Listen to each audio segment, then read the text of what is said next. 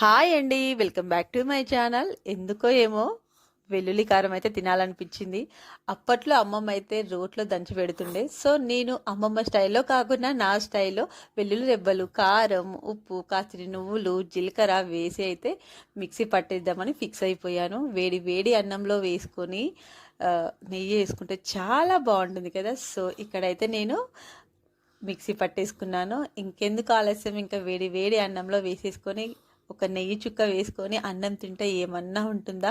నిజంగా అప్పట్లో ఏమోనండి, అసలు అమ్మమ్మ అయితే అలా దంచి అలా అన్నంలో వేసి ముద్దలుగా పెడుతుంటే ఎంత ఇష్టంగా తినేవాళ్ళమో. తింటుంటే అసలు తింటుండే, అలా తినిపిస్తుంటే అసలు మైమర్చి ఆ టేస్టే వేరండి. సో అంత కాకుండా నాకు తెలిసి కాస్తింత నేనైతే ట్రై చేశాను. నాకైతే టేస్ట్ చాలా అంటే చాలా బాగా నచ్చింది. మీకు వెల్లుల్లి కారం అంటే ఎంతమందికి ఇష్టం? సో నచ్చితే లైక్ అండ్ షేర్, సబ్స్క్రైబ్ చేసేసుకోండి. టేస్ట్ అయితే ఏ మాటకు ఆ మాట చెప్పాలండి, సూపర్గా ఉంది. So thanks for watching. Bye bye.